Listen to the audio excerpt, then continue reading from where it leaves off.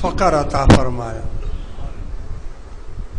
اور حضور فرماتے ہیں کہ الفقر فخری والفقر منی، فقیری پر مجھے فخر ہے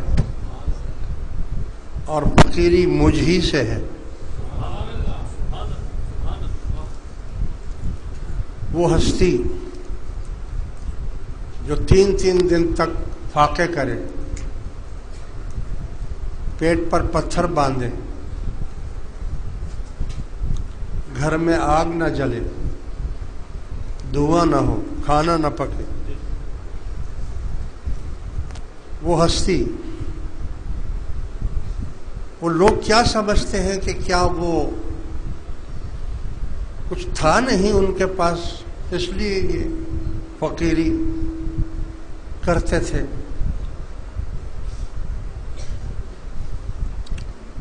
تھا تو اتنا تھا کہ سارے جہان کو دے دیا، سارے جہان کو بھر دیا. حضرت ابو ہریرہ رضی اللہ تعالی عنہ فرماتے ہیں کہ فتوحات کے زمانے میں ہمارے گھروں کے کونے میں اشرفیوں کے ڈھیر لگے ہوتے تھے، تو میں ڈرتا تھا اور میں یہ کہتا تھا کہ یا اللہ، کہیں ایسا تو نہیں ہے کہ جو کچھ دینا تھا تو نے دنیا میں ہی ہمیں دے دیا اور آخرت میں ہمارے لیے کچھ نہ ہو. یعنی اتنی دولت کی زیادتی ہوئی کہ اس زمانے میں تجوری تو نہیں تھی، بینک تو نہیں تھے، پیٹیاں بھی نہیں تھیں، تو جو مال غنیمت آتا تھا اور وہ بانٹ دیا جاتا تھا تو گھروں کے کونے میں ڈھیر لگا دیتے تھے اس کو، اتنا زیادہ ہوتا تھا. لیکن فقر کا یہ عالم تھا کہ اس کو اختیاری کہتے ہیں، فقر اختیاری، کہ حضور کی سنت تھی کہ آپ ہمیشہ اختیاری فقر اختیار کرتے تھے.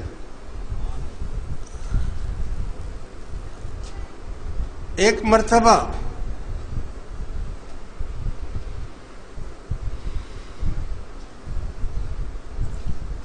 دیکھو حضور کی شان، دیکھو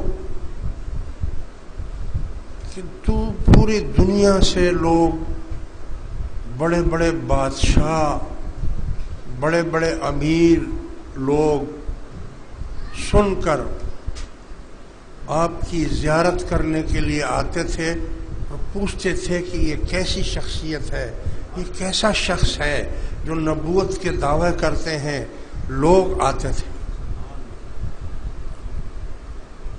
تو آپ کو معلوم ہے کہ جب لوگ آئیں گے تو مہمان ہوں گے نا وہ، اور مہمانوں کی تواضع کرنا یہ بھی حضور کی سنت ہے.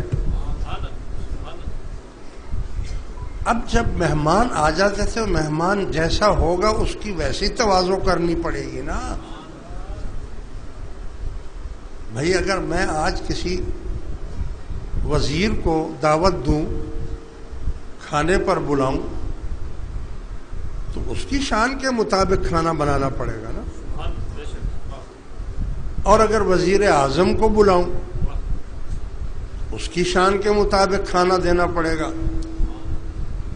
اور اگر کسی بہت بڑے عالم کو بلاؤں، تو اس کی شان کے مطابق اس کو تواضع کرنی پڑے گی. اور یہاں حال فاقے کی ہے، فاقے ہو رہے ہیں، پیٹ پر پتھر باندھے جا رہے ہیں. تو ایک دن عشاء کی نماز پڑھ کر حضرت بلال رضی اللہ تعالی عنہ حضور کے قریب ہو گئے.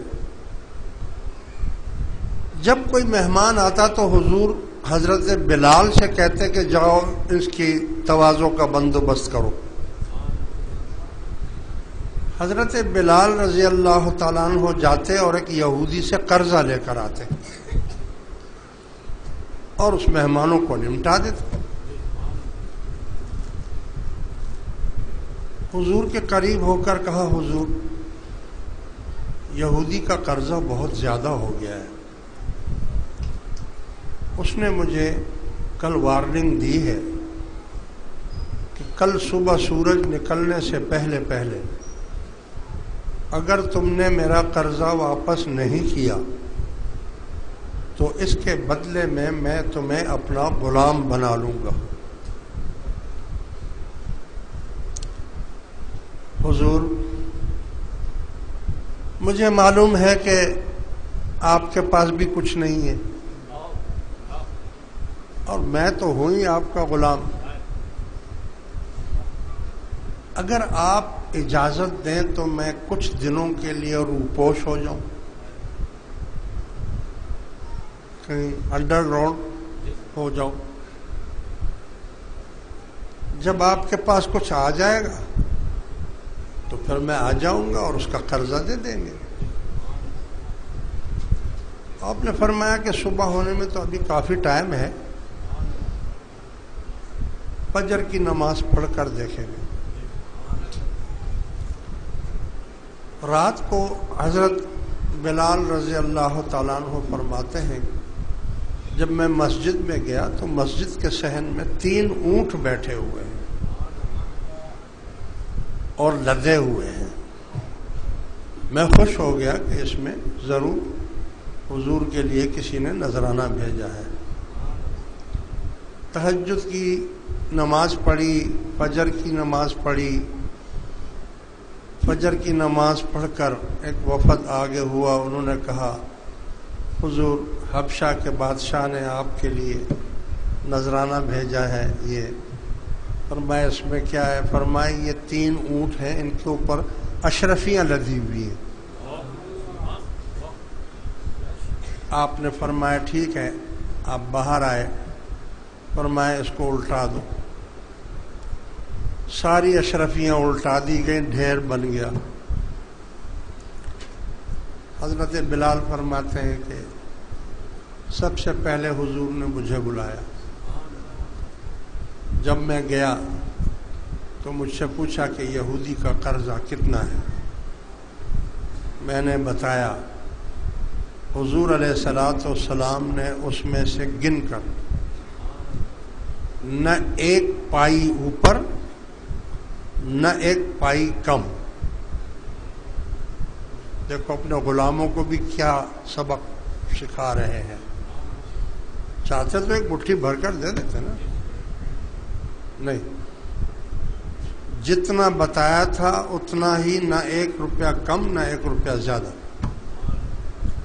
وہ مجھے دیا اور کہا کہ جاؤ یہودی کا قرضہ ادا کر دو. ابھی سورج نہیں نکلا. اس کے بعد صحابہ کرام کو حکم فرمایا کہ قطار بنا کر آتے رہو. وہ آتے گئے. ان کے ساتھ کوئی حساب نہیں تھا. آپ چلو بھرتے ایسے اور ان کو دیتے جاتے, بھرتے جاتے, دیتے جاتے. ان کے ساتھ کوئی حساب نہیں. بلال کے ساتھ حساب. حتیٰ کہ تمام صحابہ کرام میں وہ ڈھیر ختم کر دیا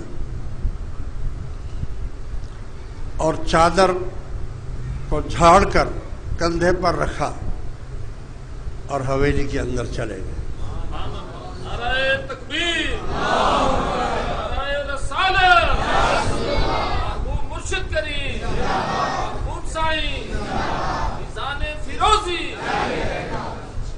گھر میں کھانا نہیں پکا ہے 3 دن سے. یہ نہیں کہا کہ یہ 1 اشرفی لے لو اور اس کا جا کر کچھ گھر میں دے دو. شان تو دیکھو نا. سرکار کی شان تو دیکھو.